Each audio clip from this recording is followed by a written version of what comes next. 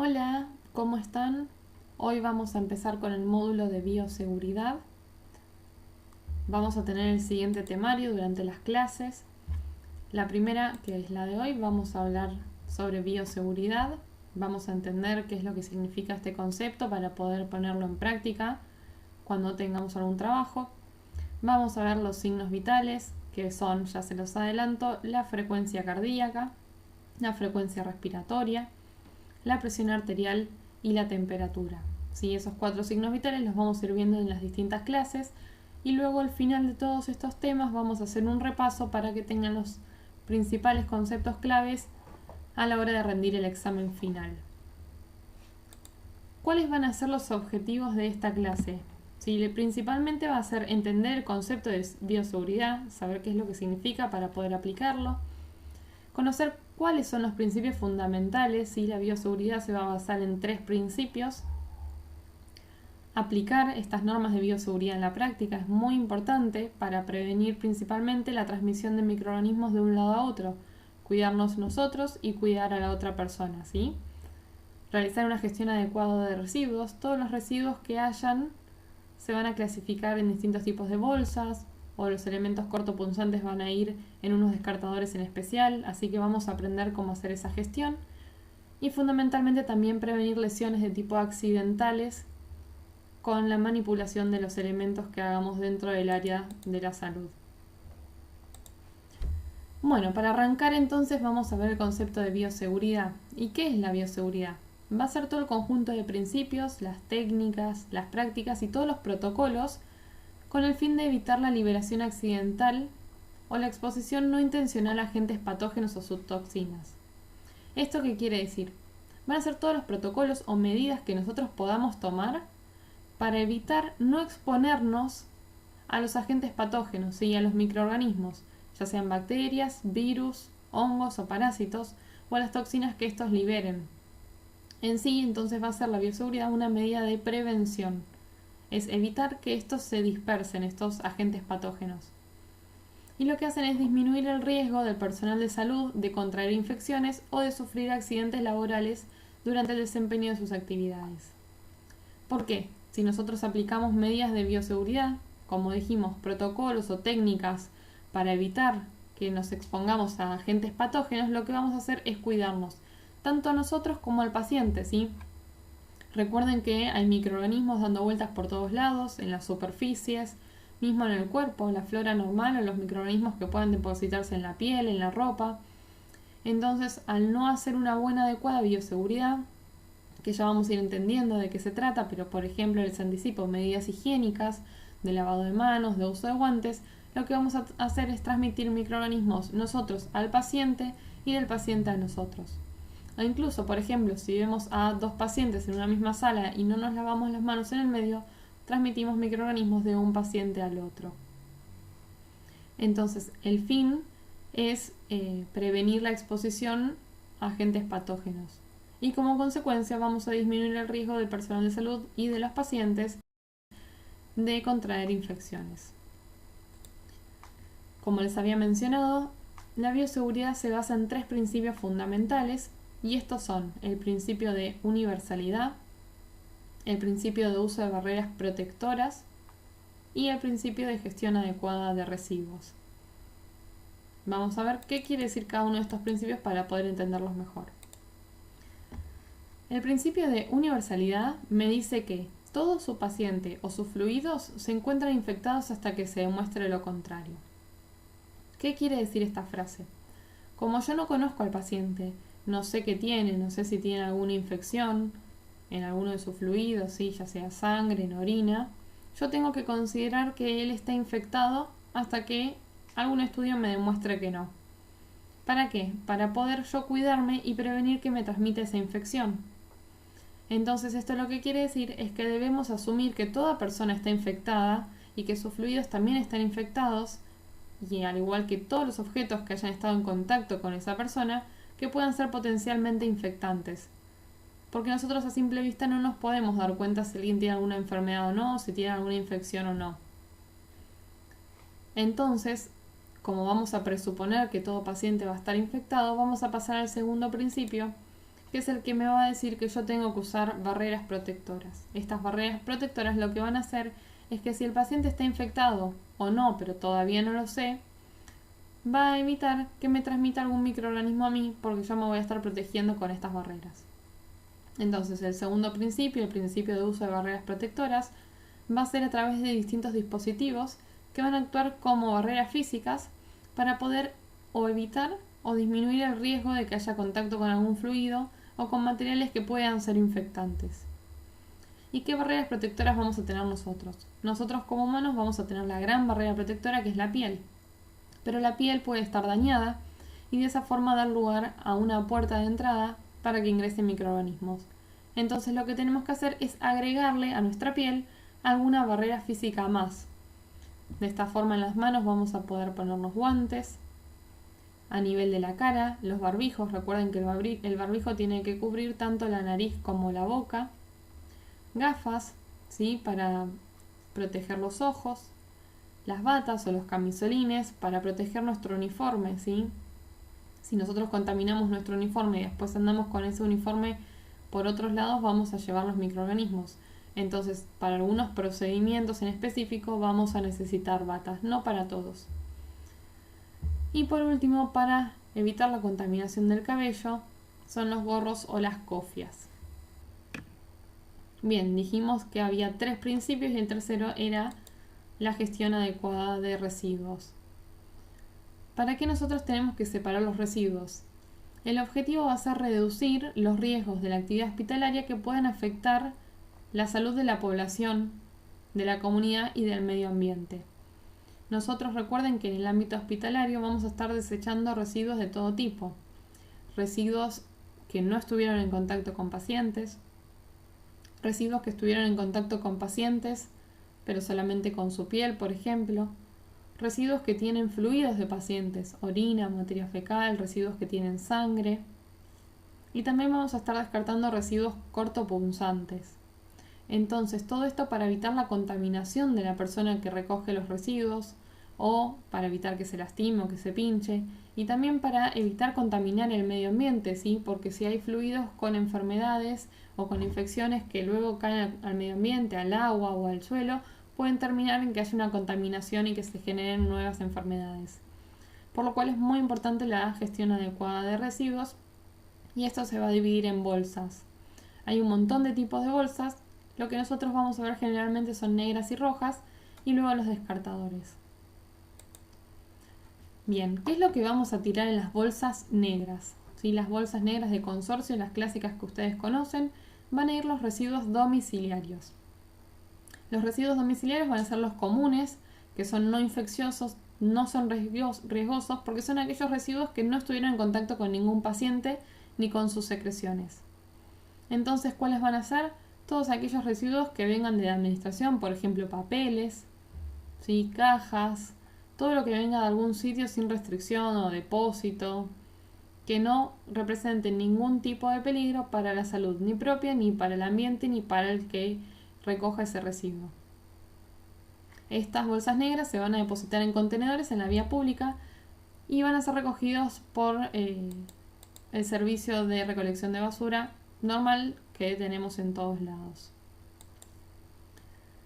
Por otro lado vamos a tener bolsas rojas y en estas lo que vamos a aplicar son residuos patológicos.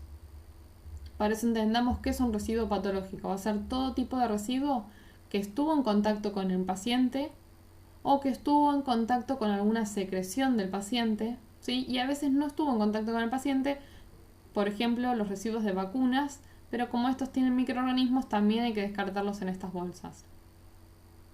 ¿Y esto por qué es? Porque estos residuos al estar en contacto con un paciente o con secreciones o con fluidos son potencialmente infectados, ¿sí? Estos nos pueden infectar o generar algún tipo de daño. Entonces van a ser peligrosos para la salud humana, ¿sí? Van a ser todos aquellos materiales que nos hayamos usado para nuestra actividad asistencial, algodones, ya sea para limpiar el brazo del paciente para sacarle sangre, ¿sí? Porque ella estuvo en contacto con el paciente y pudo haber estado en contacto con sangre del paciente. Gasas, vendas, todos los guantes que nosotros usemos, ¿sí? Recuerden que los guantes serán una barrera física para evitar transmitir los microorganismos míos al paciente y del paciente a mí. Entonces va a estar lleno de los microorganismos, va a haber que tirarlo en las bolsas rojas. Todo material descartable también que se haya usado en una consulta o tomas de muestras, ¿sí? Por ejemplo, un bajalenguas se usó en una consulta médica, capaz para inspeccionar la garganta de un paciente, pero estuvo en contacto con su saliva. Las jeringas descartables o un resto alimenticio que haya comido un paciente que tenga una enfermedad infectocontagiosa, todo eso va a ir en bolsas rojas. ¿Qué más? También los residuos provenientes de intervenciones quirúrgicas, ¿sí? Todo lo que esté en cualquier cirugía que no sea reutilizable, es decir, que sea descartable, va a ir a bolsas rojas. También todas las curaciones de quirófano, ¿sí? Las curaciones de alguna herida o de alguna lesión que tenga el paciente, también esas gasas, vendas, todo va a ir a las bolsas rojas. Todo lo que esté en áreas que haya enfermos infectocontagiosos, en áreas de cuidados intensivos o intermedios, de internación, todo lo que sean muestras de anatomía patológica, así de biopsias, luego va a ser descartado en bolsas rojas. Y ni que hablar todo lo que provenga de morgues o de autopsias, que sería toma de muestras en pacientes difuntos. Bien, ¿qué consideraciones vamos a tener con respecto a las bolsas rojas? Es fundamental que estén rotuladas, ¿sí? Tienen que aclarar qué es lo que tienen esas bolsas rojas. En un tamaño de una letra legible, ¿sí? Más de 3 centímetros, y tienen que estar cerradas con un precinto que no se puede abrir fácilmente. Además, hay que poner una etiqueta adhesiva en la bolsa que diga la procedencia y una breve descripción del contenido de esa bolsa y las indicaciones necesarias para manipularla. Además, si se desecha algún residuo que tenga alto contenido líquido, ¿sí? Por ejemplo, hay veces que se desechan sondas con la bolsa colectora que tiene orina o con algún drenaje que tenga algún paciente, debe colocarse algún material absorbente para impedir que se derrame por la bolsa. Y como siempre, todos estos elementos hay que usarlos hasta 3/4 partes del volumen para que sea fácil de cerrarlas, y no hay que llenarla hasta el tope, sino que ya cuando está 3/4 llena, se cierra y se coloca una bolsa nueva. Y por último, vamos a tener a los descartadores, que es para los residuos de tipo cortopunzantes. Los materiales cortopunzantes van a ser las agujas, los cartuchos para anestesias, las hojas de bisturí, ¿sí? Todo eso va en el descartador, que es como se ve en la imagen, una caja de plástico muy rígida que va a ser resistente a la perforación, a los golpes, tiene una boca muy angosta, ¿sí? Tiene un espacio muy chiquito para poder ingresar a los elementos cortopunzantes para evitar que si esto se cae se desparramen. Y también es muy importante llenarlo hasta 3/4 partes. Siempre que vayamos a hacer algún procedimiento con algún cortopunzante, por ejemplo, retirar puntos que necesitamos un bisturí, o hacer una sutura, así coser a un paciente que se lastima y tiene una herida, que vamos a usar una aguja. Siempre que vayamos a dar una inyección, que vamos a usar agujas intramusculares o subcutáneas, o siempre que vayamos a sacar sangre, que vamos a usar las agujas intravenosas, tenemos que llevar un descartador con nosotros para tenerlo al lado de la mano, y una vez que terminemos el procedimiento podamos tirarlo ahí y no andemos paseando por pasillos o por la sala con elementos cortopunzantes. Esa es la principal causa de accidentes laborales, ¿sí? Uno se da vuelta con una aguja en la mano y pincha sin querer al compañero. Y ni que hablar cuando estamos en una situación de emergencia donde hay muchas personas en una misma área y hay un montón de agujas dando vueltas. Así que es muy importante cuidarse a uno y a los compañeros y a los pacientes. Siempre lleven un descartador con ustedes. Y pasa lo mismo que con las bolsas rojas. Cuando está casi lleno, en unos 3/4, hay que cerrarlo, y eso se manda a un lugar en especial que va a estar en el hospital o en el centro de salud para descartar aparte, ¿sí? Eso no lo recolecta el basurero normal. Bien. Y por otro lado, va a haber otras bolsas que no se ven frecuentemente en los hospitales, más allá de las bolsas negras o rojas. Hay en algunos lados que sí, ya sea en ámbitos privados o en algunos otros países donde ya está más instaurado el tema del reciclaje. Hay bolsas verdes que son para el reciclado también, donde irían papeles, cartones, para volver a reutilizar. Claramente nada que haya estado en contacto con pacientes, ¿sí? Y por otro lado también hay otro tipo de bolsas que son amarillas, que se encuentran en algunos laboratorios, donde el material que se elimina en esas bolsas es de tipo radioactivo. Pero ustedes quédense con este concepto. Negro van a ser los residuos domiciliarios que no estuvieron en contacto con pacientes, por lo tanto no son riesgosos para la población ni para el medio ambiente. Van a ser papeles, cartones, cualquier material administrativo. Y las bolsas rojas van a ser los residuos patológicos o que sí estuvieron en contacto con pacientes o con secreciones o con líquidos o fluidos de un paciente. Entonces todo va a ir en esa bolsa que va con un precinto sellada y que tiene que tener las indicaciones con la breve descripción de qué es lo que tiene esa bolsa y se cierra a los 3/4 llena. Y por último los descartadores para los cortopunzantes, donde vamos a poner todo lo que sean bisturís, agujas, todo lo que pueda pinchar o cortar en esas cajas rígidas. Bien, perfecto. Entonces hasta acá lo que hicimos es hablar sobre la bioseguridad, que lo que buscábamos es prevenir la transmisión de microorganismos de un lado a otro para evitar posibles infecciones y que ésta se relacionaba con 3 principios. El de universalidad, que me decía que todo paciente tiene alguna infección hasta que se muestre lo contrario. Eso me lleva al segundo principio, que es el uso de barreras físicas, que me dice que yo me tengo que proteger a través del uso de cualquiera de las barreras o todas juntas, dependiendo del procedimiento, ¿sí? Guantes, barbijo, camisolín, gorra, botas, lentes o gafas. Y por último, el tercer principio, que era el de gestión adecuada de residuos, que es tirar el residuo en el lugar que corresponde. Como vimos recién, bolsas negras, residuos no patológicos, bolsas rojas, residuos patológicos y descartadores para elementos cortopunzantes. Bien, dentro de la bioseguridad vamos a tener ciertas normas básicas a cumplir. ¿Con qué objetivos?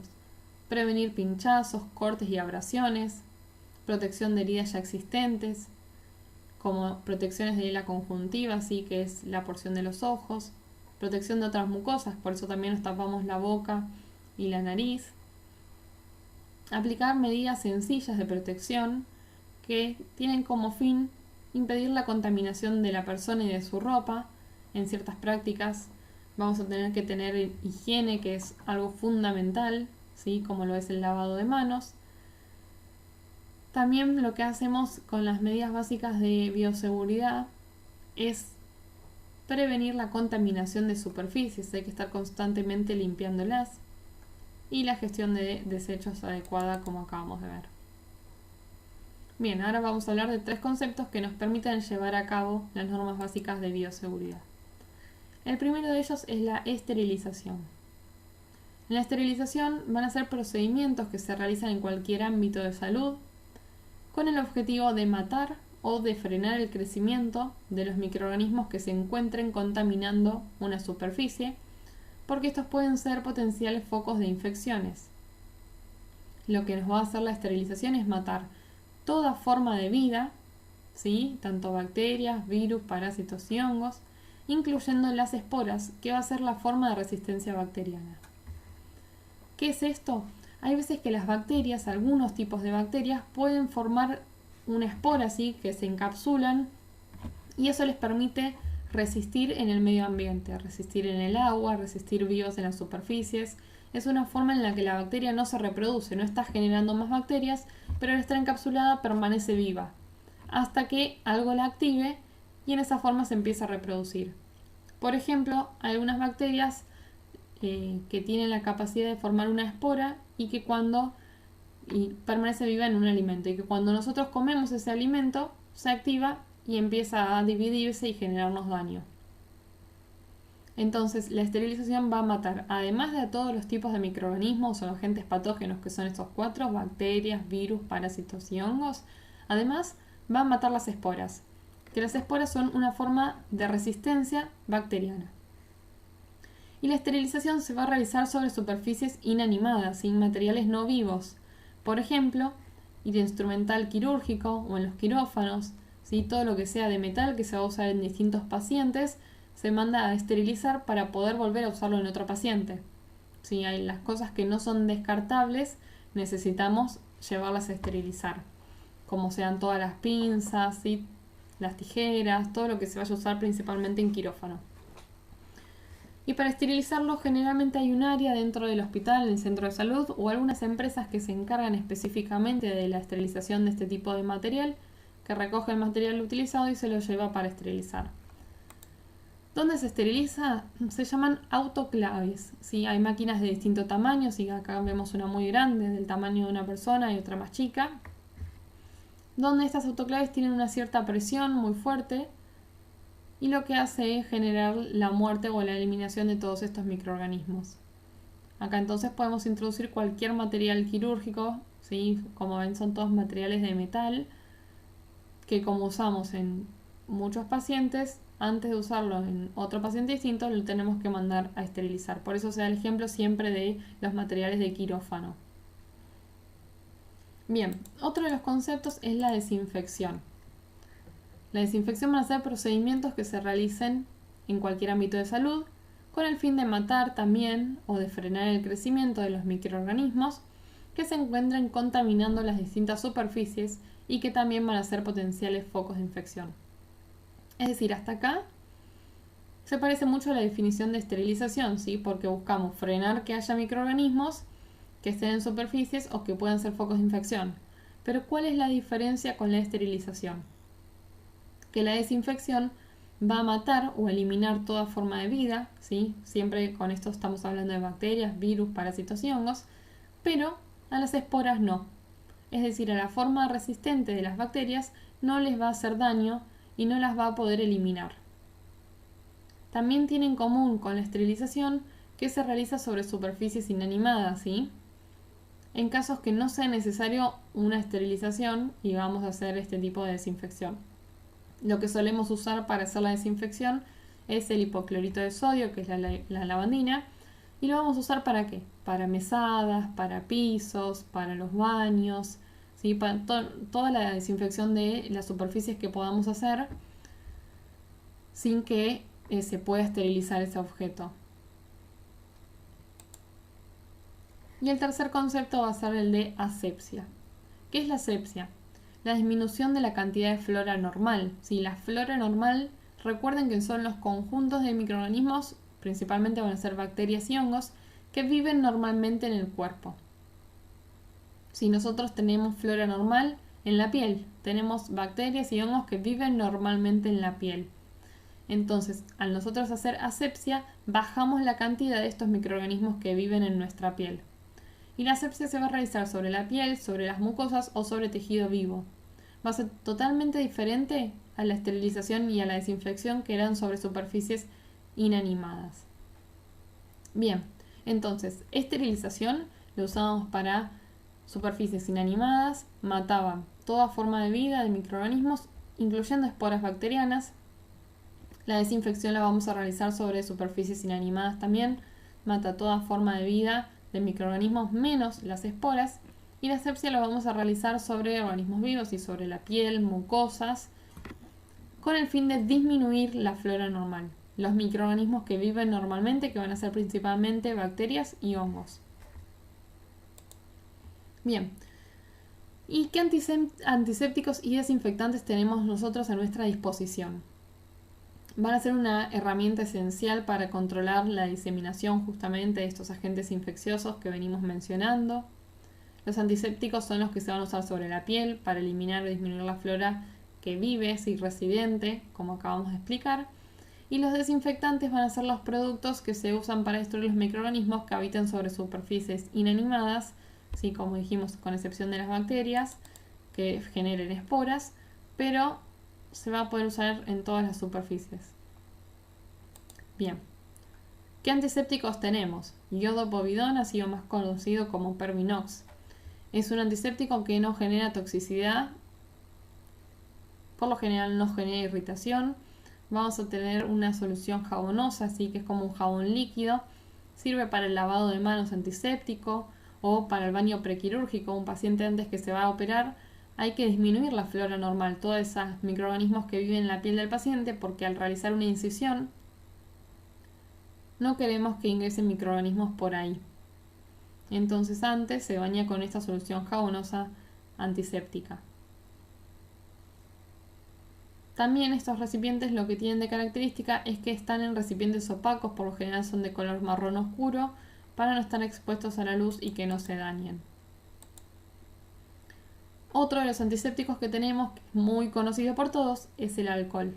El alcohol es una alternativa para la antisepsia de la piel en pacientes que sean sensibles al yodo, por ejemplo, que no puedan usar Pervinox, y tiene que tener un tiempo de contacto mayor a 60 segundos. El alcohol etílico, el 70% o etanol, es el que más se usa en el ambiente hospitalario. Produce menos sequedad en la piel y menos irritación, que nos va a dar una dermatitis si lo usamos muy seguido. Y el otro alcohol es el isopropílico, que es el 70 o 90%, que se llama isopropanolol y es un poco más potente. Los dos sirven para eliminar tanto bacterias, hongos y virus de forma rápida y ninguno va a destruir esporas bacterianas y esta forma resistente. Pero sirven para limpiarnos las manos y toda la superficie de piel, y además se pueden limpiar los termómetros, que son elementos que usamos en varios pacientes de forma consecutiva, los estetoscopios. Lo que hay que tener de principal consideración con el alcohol es que es un elemento inflamable, tiene que estar en un lugar limpio, fresco, bien ventilado, herméticamente cerrado para que no se derrame y lejos del calor, ¿sí? O de superficies que puedan exponerse al fuego. Otra de las soluciones antisépticas que tenemos es el peróxido de hidrógeno, o más conocido como agua oxigenada. El agua oxigenada lo que va a hacer es eliminar bacterias, virus y hongos, y en altas concentraciones por tiempos muy prolongados también puede llegar a eliminar esporas, pero no en la concentración que lo usamos en nuestra piel. Se usa como antiséptico, puede ser irritante para nuestras mucosas y también debe protegerse de la luz, conservarse en un envase opaco y herméticamente cerrado. Hasta acá vimos los 3 antisépticos más utilizados, ¿sí? Pervinox o iodopovidona, alcohol y peróxido de hidrógeno o agua oxigenada. Para la desinfección vamos a tener el hipoclorito de sodio o la lavandina. Si desinfección, recuerden que era sobre superficies inanimadas. Es un desinfectante de uso muy común en el ambiente hospitalario, ¿sí? Porque todas las mesadas, los pisos, los baños se van a limpiar con lavandinas. Bien, hay que utilizar guantes resistentes para aplicarlos y el personal de limpieza tiene que estar provisto de estos guantes antes de limpiar alguna superficie con lavandina. Es importante que no hay que mezclarla con algún otro elemento como detergentes, porque lo que hace es inactivarse por un lado y además puede producir vapores tóxicos e irritantes para el personal que maneja esta mezcla. Además debe mantenerse en su envase original, sí, que es de plástico opaco, el típico plástico amarillo, que es bien opaco, y lejos de la luz, no tiene que estar todo el día expuesto a la luz solar. Y lo que vamos a hacer con la lavandina es preparar soluciones de mezclas con lavandina y agua, ninguna otra cosa. Al momento de ser usada debe descartarse el resto porque ya se pierde uno de los principios activos, no se puede seguir guardando. Pero lo que tiene de ventaja es que de bajo costo y tiene acción muy rápida. Bien.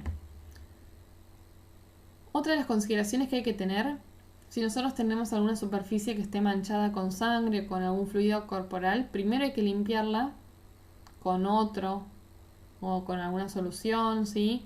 Para que no esté expuesto el fluido a cuando echemos la lavandina.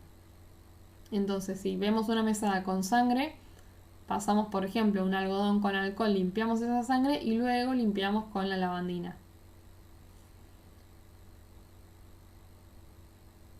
Es importante siempre, como dijimos, mantenerlo en su envase original, ¿sí? Cerrado el resguardo de la luz, y las concentraciones siempre se van a ir reduciendo de un 40-50% después de los 30 días. Es importante usarla en el momento. Otra de las cosas importantes es que se deben preparar con agua fría las diluciones.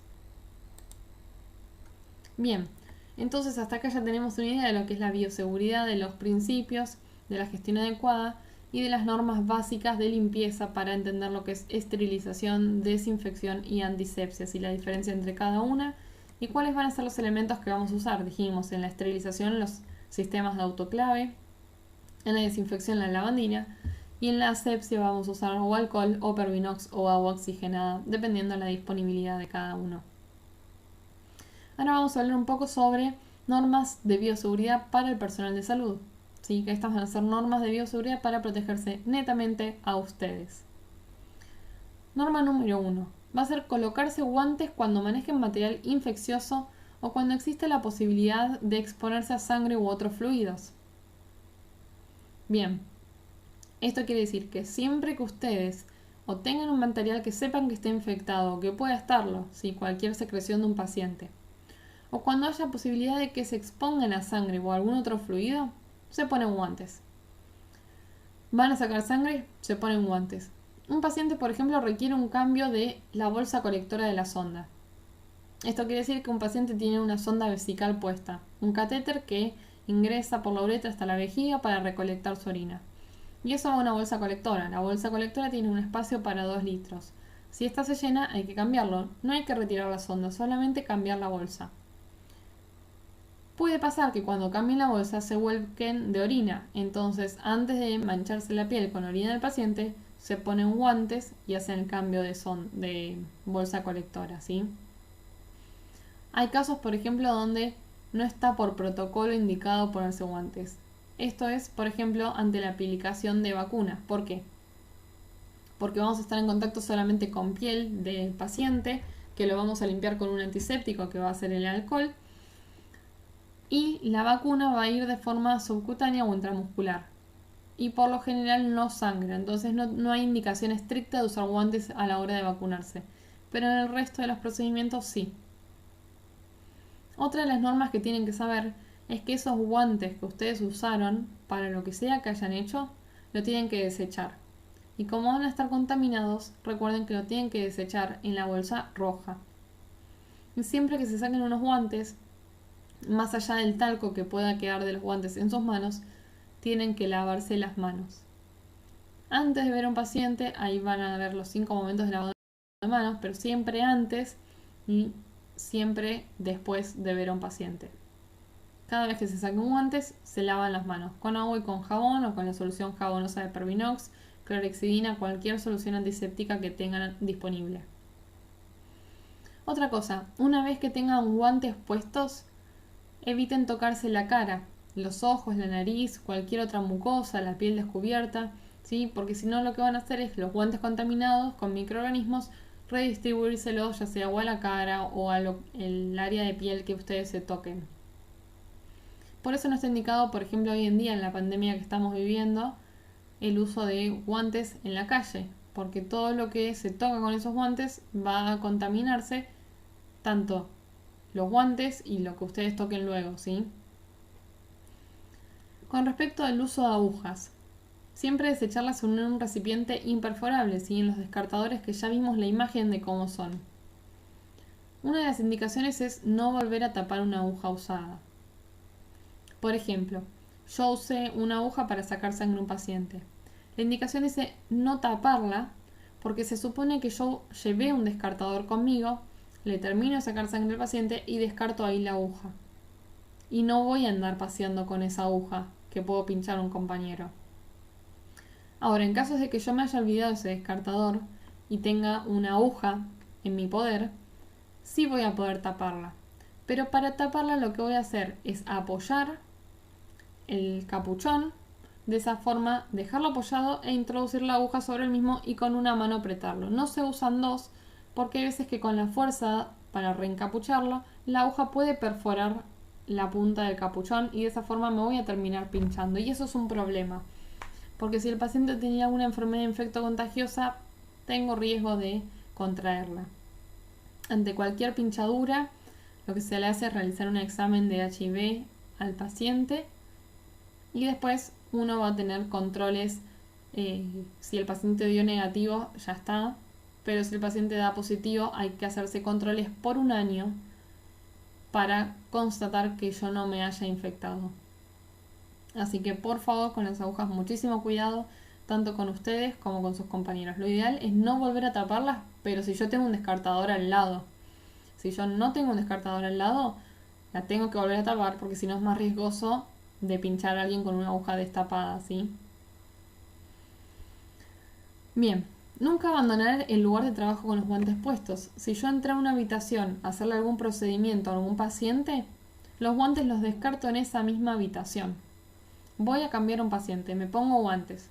Cambio al paciente, tiro los guantes en esa misma habitación que tiene la contaminación de ese paciente y luego voy al estar de enfermería y me lavo las manos.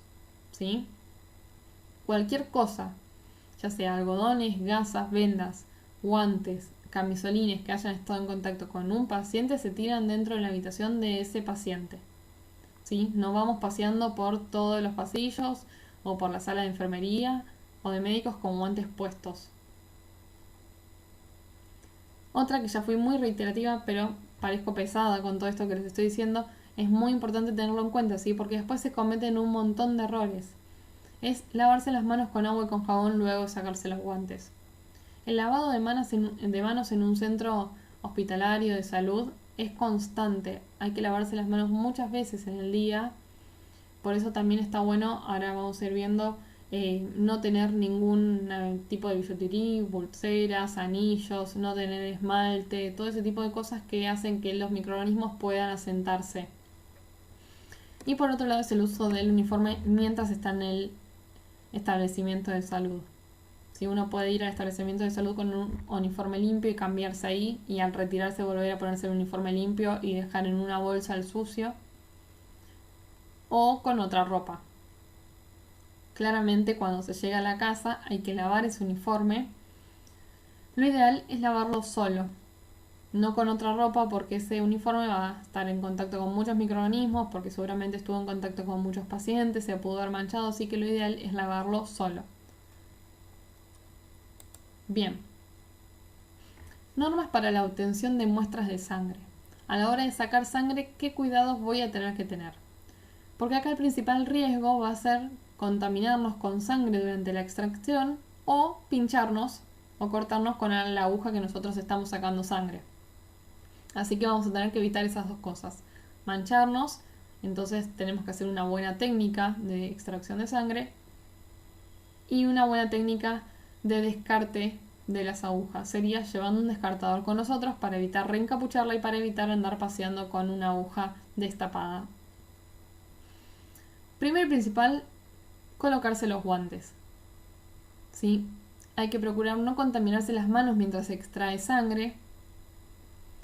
Por eso es muy importante elegir bien la vena, tratar de pinchar pocas veces, hacer bien la técnica de extracción de sangre.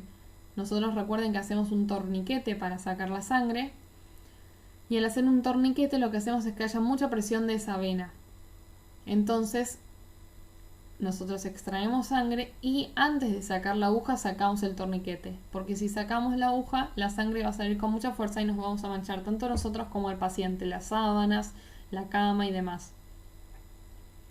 En caso de contaminarnos las manos, hay que lavarnos con agua y con jabón inmediatamente.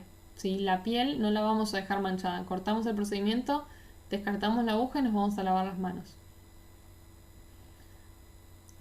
La aguja va a ir en el descartador, como dijimos, idealmente sin volver a taparla. Y la jeringa que tenga sangre del paciente o que haya estado en contacto con alguna secreción del paciente va a ir a las bolsas rojas. Si nosotros nos pinchamos o nos cortamos sin querer, tanto nosotros o algún compañero, hay que lavar inmediatamente la herida con agua y con jabón, ¿sí? Para que eso se limpie de la piel. Y hay que comentarlo al supervisor o al médico porque ahí va a haber que hacer un estudio de HIV al paciente, ¿sí? Si el paciente da negativo nos quedamos tranquilos. Pasa muchas veces, por ejemplo, que se hace alguna extracción de sangre y el paciente se va de ahí. Entonces no tenemos al paciente como para hacerle el estudio de HIV. Entonces ahí procedemos a hacerlos nosotros. De todas formas, hay una terapia antirretroviral, ¿sí? Para el tratamiento de HIV de forma profiláctica o preventiva para un caso sospechoso de contacto. ¿Sí? Como dijimos en el principio de universalidad. Cualquier paciente o fluido está infectado hasta que se demuestre lo contrario. Entonces, si yo me pincho con una aguja de sangre de un paciente que no sé qué tiene, para mí va a tener una infección hasta que se demuestre lo contrario. En este caso va a tener HIV hasta que se demuestre lo contrario.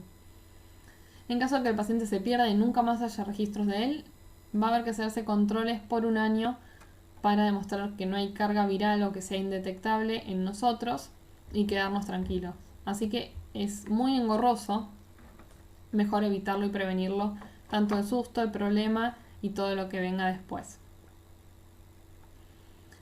Bien, otro de los lugares donde va a haber bioseguridad aplicada y que es muy importante es en los quirófanos. Los quirófanos tienen que ser sitios lo más estériles posibles, tienen que haber muchos cuidados dentro de ahí, tanto con el uniforme de nosotros, con el paciente, porque al paciente lo vamos a exponer a múltiples microorganismos si no llevamos a cabo estas medidas. Tanto las áreas de quirófano como de cuidados intensivos son consideradas de alto riesgo biológico, porque el paciente va a estar muy expuesto, porque se lo va a abrir, porque va a tener incisiones, por el uso de procedimientos que puedan haber lesiones a los tejidos, porque va a haber contacto con sangre, con distintos fluidos. Entonces es fundamental la prevención de las infecciones en estas unidades.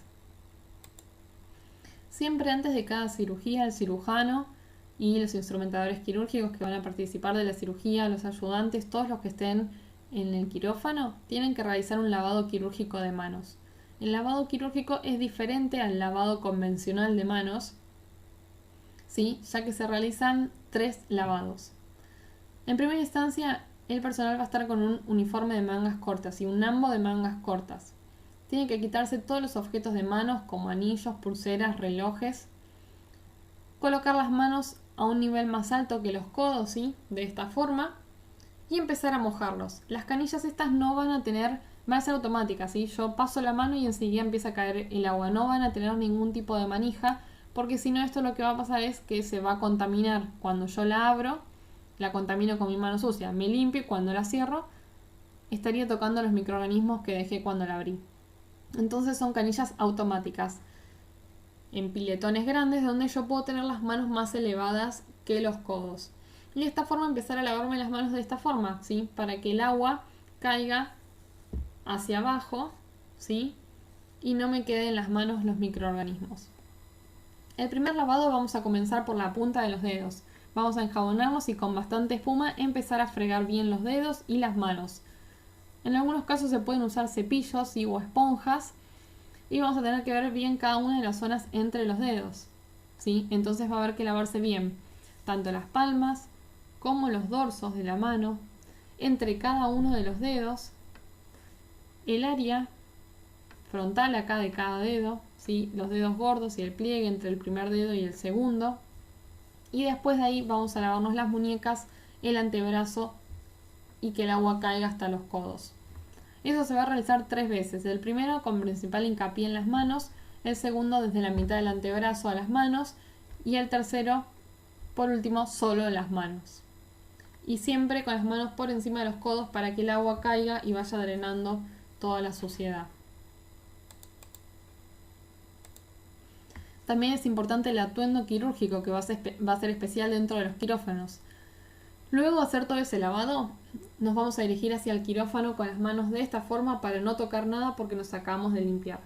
Ahí la instrumentadora nos va a ayudar a vestirnos. Nos va a colocar una bata que es así, es de mangas largas, para evitar que haya contaminación del paciente con el ambo sucio que yo traigo.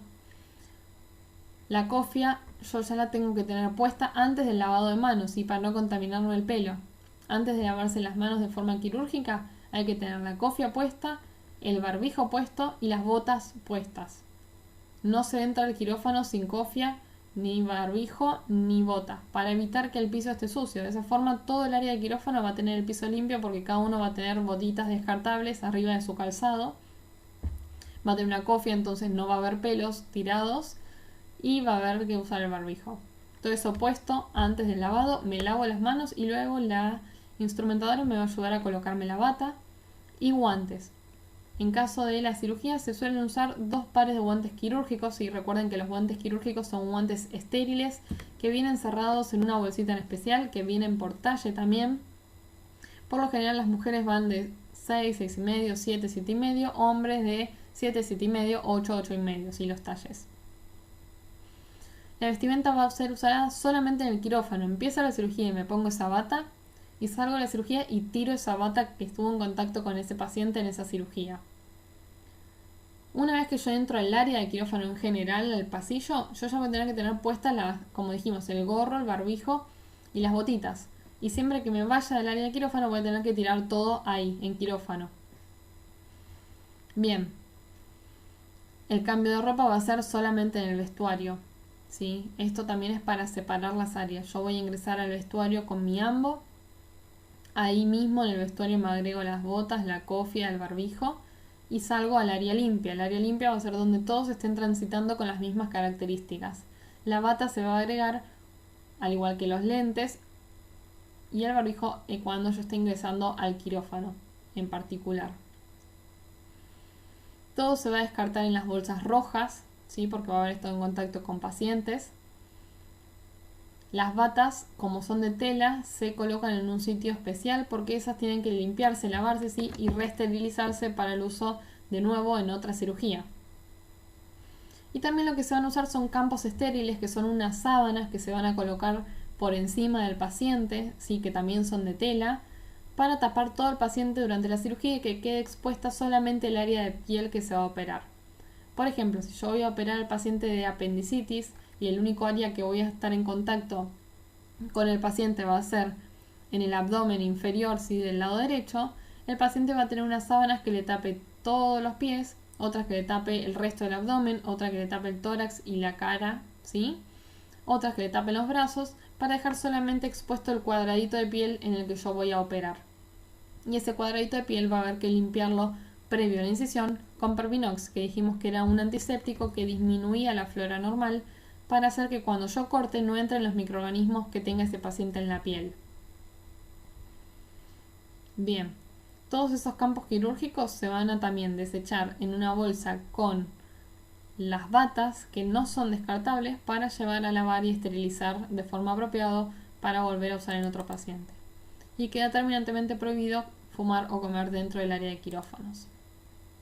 Bien, como acá vemos en la primera imagen del margen superior izquierdo, vemos a un quirófano, ¿sí? Donde todas las luces van a estar en el techo, van a ser algunas móviles. Va a haber un montón de pantallas, una camilla que puede ser regulable, y el resto de pantallas que va a estar por detrás de la cabeza del paciente van a ser las que van a monitorizar su corazón, su función respiratoria, ¿sí? Donde va a estar el ventilador que respire por él cuando esté dormido, y va a ser todo por control del anestesiólogo.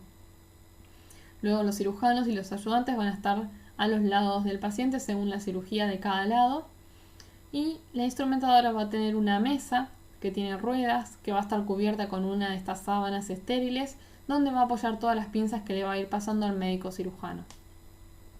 En la imagen superior del lado derecho vemos cómo están haciendo el lavado de manos quirúrgicos, y como vemos es una canilla automática donde no hay ninguna manija para abrirla, y como vemos la persona tiene la mano por encima del nivel del codo, ¿sí? Para que todo el agua sucia vaya cayendo para abajo y no quede en las manos. Y como les dije, antes de hacer el lavado de manos, la persona ya tiene que tener las botas en los pies puestas porque ya está en el área de quirófano, la cofia de la misma forma y el barbijo. Porque con las manos limpias no puede tocar nada. Inmediatamente que se lava las manos, se acerca al área de quirófano, donde va a estar la instrumentadora que le coloca la bata, estas sillas de mangas largas que le tiene que cubrir absolutamente todo el uniforme. La cofia no debe dejar pelos afuera. El barbijo debe cubrir la nariz y la boca, ¿sí? Y nos van a colocar el doble par de guantes. Con respecto al manejo de los elementos cortopunzantes, van a ser dispositivos médicos como ya vimos, ¿sí? Agujas, bisturí, cualquiera que pueda cortar o pueda pincharnos, y es importante aprender a manejarlos para evitar cortaduras o accidentes. Para esto vamos a hacer prevención de lesiones. Antes de utilizar cualquier elemento puntiagudo o cortopunzante, vamos a tener algún elemento, verificar que tengamos todos los elementos cercanos, principalmente el descartador, si la caja donde yo lo tenga que tirar, si voy a sacar sangre, si voy a cortar algo, me llevo un descartador conmigo, y todos los elementos que yo necesite juntos. Puedo agarrar una bandejita y poner las vendas, las gasas, el algodón, el alcohol, todo lo que yo necesite para evitar olvidarme algo y dejar a exposición agujas que puedan pinchar al paciente, a un compañero o a mí. Y tener siempre a la vista el descartador para que una vez que haya usado esa aguja lo desecho en ese lugar, y verificar que haya suficiente espacio, porque dijimos que a los 3/4 hay que cerrarlo y mandarlo al lugar de los descartadores. Entonces, si está muy lleno, hay que cerrarlo directamente y buscar uno nuevo, ¿sí? No más de 3/4 partes. Bien, cuando trabajemos con estos elementos cortopunzantes, dijimos no destapar ni desempacar un objeto afilado antes de usarlo. Si yo no voy a destapar la aguja en el área de enfermería e ir con la aguja destapada hasta el paciente. Si la llevo tapadita al lado del paciente hasta que yo la vaya a usar. Y no la destapo mientras estoy mirando que vena la voy a sacar sangre, ¿sí? Primero miro, le limpio, le pongo el torniquete, le pido que me abra y me cierre el puño. Y luego cuando la voy a usar la destapo por primera vez a la aguja. Siempre la punta del objeto tiene que estar mirando para el otro lado nuestro, ¿sí? No hacia nosotros, pues nos podemos pinchar. Siempre mira para el lado lejano a nosotros. Dijimos que lo ideal es no volver a taparlo para evitar el accidente, porque vamos a tener un descartador al lado donde lo podamos tirar. En caso de que nos hayamos olvidado el descartador o que no tengamos, podemos volver a reencapucharlo. Siempre con una sola mano, agarrando la punta del capuchón, introducimos la aguja. ¿Sí? Nunca tocamos el final del capuchón porque nos podemos pinchar de todas formas. Y también hay que evitar pasarle un objeto afilado a otra persona o en una bandeja para que otra persona lo recoja, porque podemos hacer que esto se caiga y que también se lastime a la otra persona. Ni se les ocurra dejar tanto agujas o bisturís envueltos en algodones o gasas, porque esto genera accidentes y más en compañeros. Así que nunca vamos a poner los dedos en un recipiente de cortopunzantes. Siempre deben estar a la altura de los ojos y del alcance, ¿sí? Porque más abajo se nos puede caer o podemos pinchar. Si una aguja sobresale en un recipiente, no vamos a empujarlo con la mano ni a exponernos a pincharnos, sino que con alguna pinza o alguien que se pueda encargar y ayudarnos a empujarlo de nuevo hacia adentro. Y si encontramos algún objeto cortopunzante destapado fuera del recipiente de desechos o del descartador, si es seguro recogerlo, lo vamos a agarrar y tirar con guantes puestos siempre. Y si no, vamos a usar alguna pinza para poder recogerlo y desecharlo. Bien, entonces hasta acá vimos todo lo que es bioseguridad. Nos volvemos a remontar a los objetivos para ver si quedaron claros. Entender el concepto de bioseguridad, ¿sí? Dijimos que era el conjunto de principios, técnicas y prácticas, protocolos de manejo con el fin de evitar la exposición no intencional a los agentes patógenos, ¿sí? O a los microorganismos. Espero que eso haya quedado claro. Conocer los principios fundamentales, dijimos que era el de la universalidad, que todo paciente y sus fluidos van a ser contaminantes hasta que se demuestre lo contrario. El uso de barreras físicas, guantes, gorras, lentes, gafas, batas, ¿sí? Todos esos que nos van a hacer una barrera extra a nuestra piel para evitar que contactemos con microorganismos. El del uso adecuado de la gestión de los residuos, ¿sí? Que hay que tirar en cada bolsa. Aplicar normas de bioseguridad en la práctica. Vimos cómo podemos aplicar normas de bioseguridad en un ambiente hospitalario, en un ambiente de quirófano, a la hora de sacar sangre, ¿sí? Realizar una gestión adecuada de residuos, donde tiramos las cosas no patológicas en las bolsas rojas, los elementos no patológicos en bolsas negras, elementos patológicos en bolsas rojas y cortopunzantes en descartadores. Y cómo hacer la prevención de lesiones con el manejo adecuado de los elementos cortopunzantes, tener siempre un descartador, no dejarlos destapados, ¿sí? Y siempre que haya algo tirado o sobresaliendo, lo vamos a volver a reintroducir al descartador con alguna pinza para evitar pincharnos. Tener en cuenta lo de no reencapuchar a una aguja. Y siempre que el descartador esté lleno hacia los 3/4, va a haber que cerrarlo y llevarlo a su lugar en especial. Me voy a quedar conectada para cualquier duda que ustedes tengan con respecto a esta clase. Y muchísimas gracias por prestarme atención.